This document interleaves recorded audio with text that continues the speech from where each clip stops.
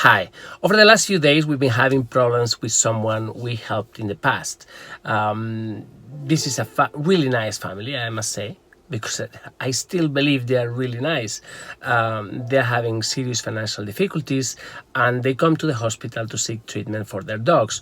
I meet them there and they tell me their situation, and he explains to me that he has some serious financial problems, and he also tells me that he's been diagnosed with a series of mental conditions and he can't work and all of this. So I feel really sorry about his condition. By the way, notice that I'm not giving the name of the guy, okay?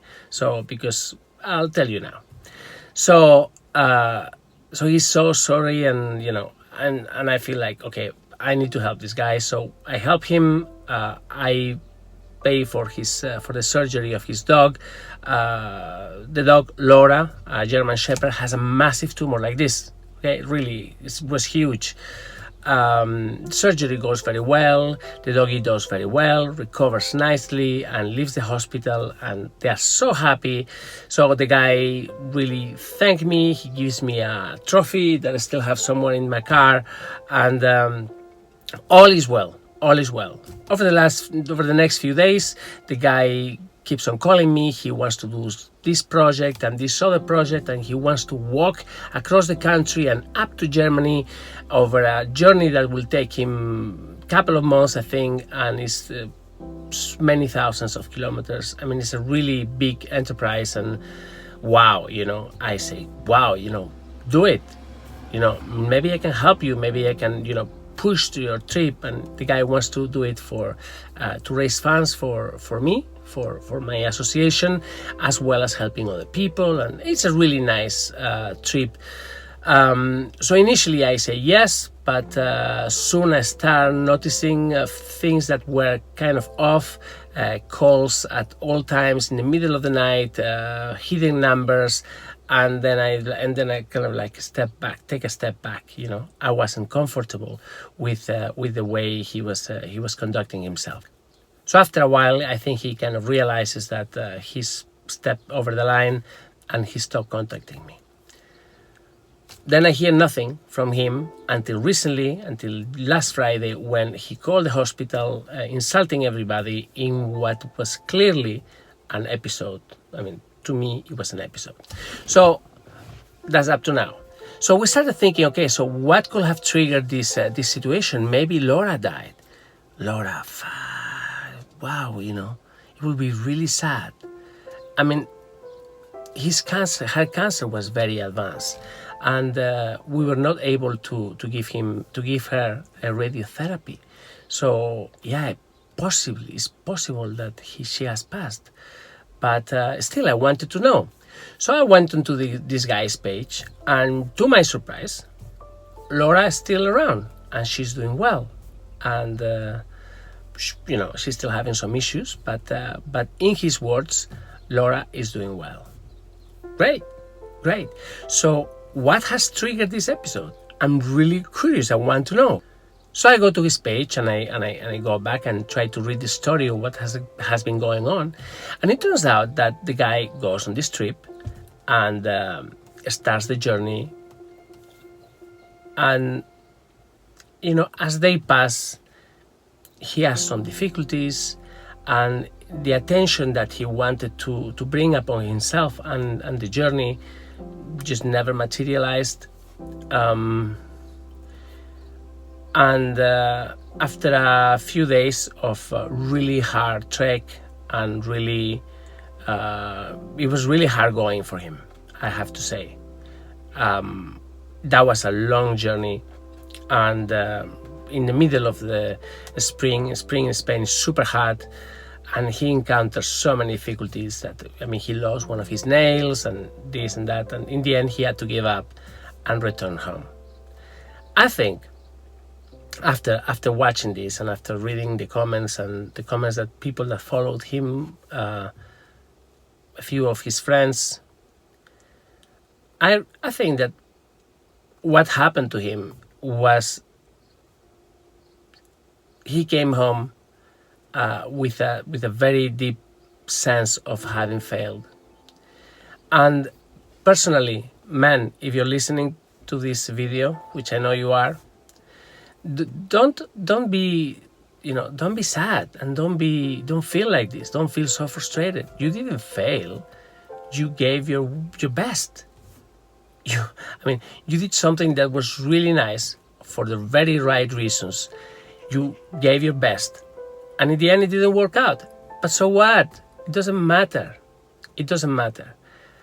Look, you've been writing to me over the entire weekend, insulting me and threatening me and giving me all kind of awful things. But I just wanted to use this platform to let you know that I really think very highly of you, that you've done a great journey, and that even if this didn't end up the way you wanted, it doesn't matter, because you tried. You gave your best. Think about it. How many people never tried? You did, and you paid a cost, and this thing ended up costing you money. You couldn't raise the funds you wanted, but it doesn't matter, because you tried. So you can continue harassing me. You can continue threatening me to call the lawyers for defamations. Well, fine. Do what you want. But I'm here to tell you that you did great, that I think you're a great guy. But I also think that you should seek help, because you need to realize that something is off here. It can't be that so many people are listening to this story and there's something wrong, okay? The entire world cannot be wrong on this. So my suggestion to you, my friend, is that you seek help and seek support in those that love you, and stable yourself. And in the future, whenever you feel better, start another journey. If you have the time and if you have the possibilities, make this an ongoing series of journeys. Make this your personal cause. It's fine. I'm sure there will be many people who will follow you and support you, because what you're doing comes from the heart. Okay, so that's up to here on this issue. Laura is well. This guy will continue his journey, and I wish him very well. And if he takes me to court for saying nice things about him, well, so there you go. He'll take me to court for saying nice things about him. But this brings me to another subject, and I want to have your help on this. Okay, I want to have your views and opinions. Please write them below. How shall I do it? Somebody comes to me asking for help.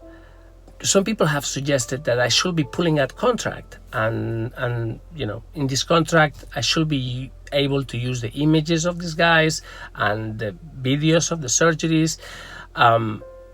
Actually, de facto, maybe I should ask for a release of the animal to me. I will become the sole owner, and then I will decide what happened to the animal. But the thing is that this kind of goes against the spirit of what I do. I give help to people and to animals. If I start pulling contracts, what kind of world is this? Maybe this is the world that it is, but do I really want to be part of this? Think about it. Somebody comes, asks you for help, and the first thing you do is you pull out a contract, and you say, okay, I'll help you, but you sign here, sign there, and by the way, the dog is mine. And then after the surgery, I give him back to you, maybe. You see the dilemma? We're here. So, I guess this is the kind of growing pains that come with becoming bigger and having more exposure and being better known. My phone now just flies around. Everybody has it. So I don't know. I would like to have your opinion on this. Okay, how should I handle this? If somebody comes asking me for help, how do I proceed? Do I make a difference between private individuals that find an animal and rescue organizations that ask for my help? Should I make those guys sign a release? And shall I make a difference between those people who come to me with their own animal? And there are many. The thing is that those people usually they are very elderly people. Should I start pulling contracts on 85-year-old lady? What do I do? What do I do? So anyway, this is the video of today, just a quick reflection, and to tell my friend, to wish him good luck in everything he does, and to tell him that we're all really happy that Laura is well, and we wish him very well as well. Okay, see you tomorrow. Rodeado de sierras.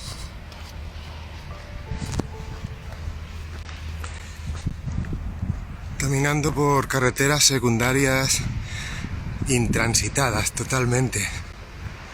En ocasiones veo conejos cruzando, muchas ocasiones, aunque aún no he sido capaz de captarlos con mi objetivo.